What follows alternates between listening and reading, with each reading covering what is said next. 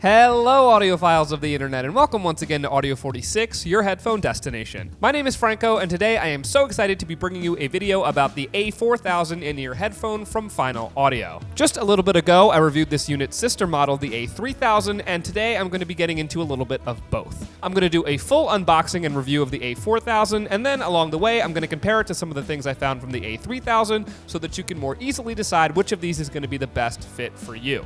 Now, without further ado, we're going to get right into it. Let's talk headphones.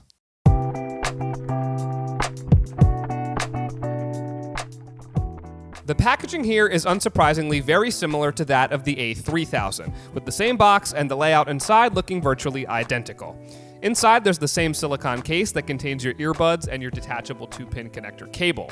Below this is a small plastic box that contains 5 pairs of Final Audio ear tips.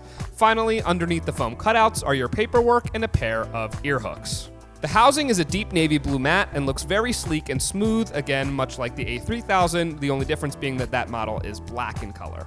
The housings also feel solid but are very lightweight, as has been the trend for Final's latest in-ear releases.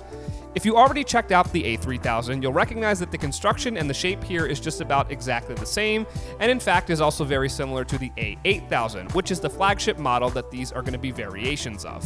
The IEM shape is nicely ergonomic, and even with the large ear tips attached, they slotted very nicely into my ear canal, and they stayed in with no problems and no discomfort at all. I could complain that Final Audio's products have looked too homogeneous as of late, but when they're this practical, it seems like a matter of not fixing what isn't broken.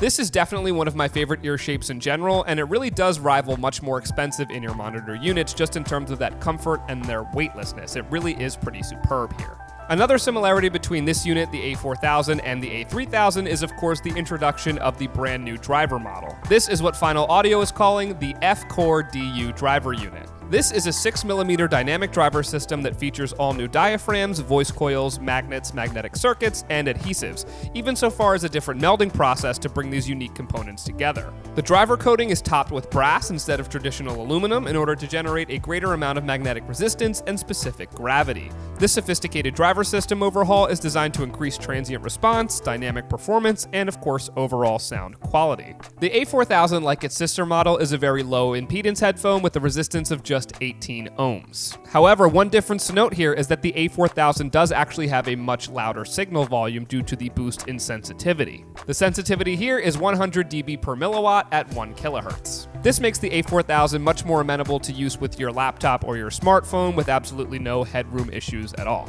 When I reviewed the A3000 a few days ago, I commented that the Soundstage performance in earbuds by Final Audio tend to be among the best of any earphones on the market. Needless to say, I thought that the Soundstage on that model was really stellar, and somehow it has gotten even better for the A4000. The great amount of width in the A3000 is matched in the A4000, but the real improvement comes in the details of the imaging and the layering. I noted in the review for the A3000 that some particularly bright drum hits landed very satisfyingly on the top of your headspace, but busy drum fills in the same tracks here on the A4000 have a tremendous amount of spatial dynamism.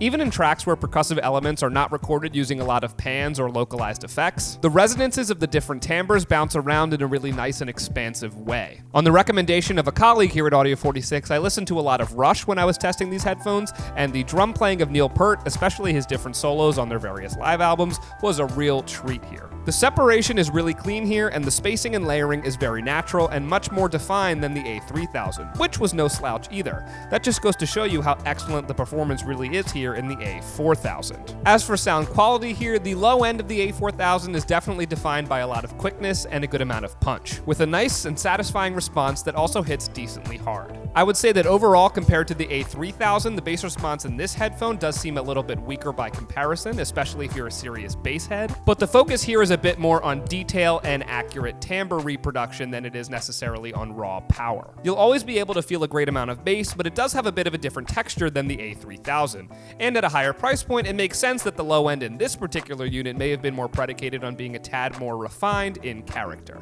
The mid-range is absolutely the standout in this unit, and it provides a great amount of detail that is exceedingly rare in a unit that is priced this low. Presentation is crisp and airy and displays a great balancing act between both articulate transparency and a touch of great feeling warmth that rounds it out very nicely. The A3000 had a nice forward lean to the mid-range and a good natural timbre, and the A4000 just takes this a little further, with sensitive elements like strings and guitars feeling incredibly clean and organic. The mid-range also brings out the best of any lead vocal timbre and really makes it shine. Regardless of genre, lead singers always seem to float perfectly above the mix in well-recorded material. The treble presents maybe the largest departure in similarity from the A3000 here, as the quality of it features a lot more coloration and affectation. The texture and detail feature a decent amount of sweetness, and there is some sibilance produced as you climb up in the higher registers, which I think was much less present in the A3000. If you're extremely averse to this kind of thing, then maybe you'd be better off with that unit instead of this one. However, for my personal taste, I think that this little bit of coloration really does lift the entire sound signature, and it adds a nice textural quality that really makes the details pop. The strength of the highs here is definitely that they have a great amount of sparkle, but they do lack some of the airiness that was so clear and so present in the mid-range. Overall, the A4000 and the A3000 have been very respectable additions to Final Audio's already impressive catalog of in-ear headphones. As affordable variations on the flagship A8000, both of these headphones have a considerable amount of strengths and very few weaknesses that make each of them a quality choice, whichever one you happen to choose. The more budget-friendly A3000 has a great wide soundstage, really nice natural timbre, and an extremely comfortable and ergonomic design.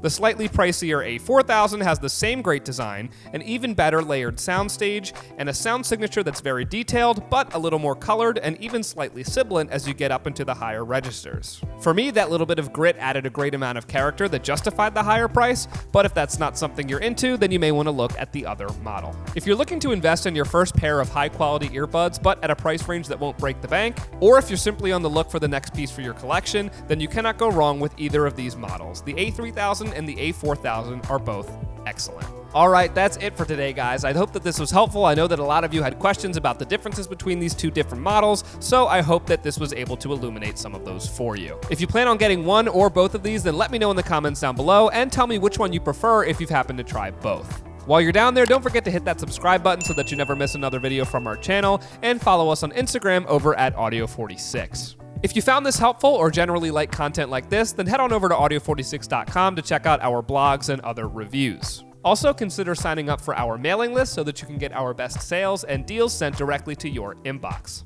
Lastly, if you have any plans to come to New York City anytime soon, or if you're a local, then please drop into our brick and mortar store on 46th Street right here in Manhattan. We carry a huge selection of gear in the store, and you can try out any of the products that I mentioned in these videos for yourself. We have a friendly, knowledgeable staff, and we take your safety very seriously, so we absolutely look forward to seeing you. Alright guys, thank you so much for watching once again. My name is Franco with Audio46, your headphone destination, and I will see you all very soon.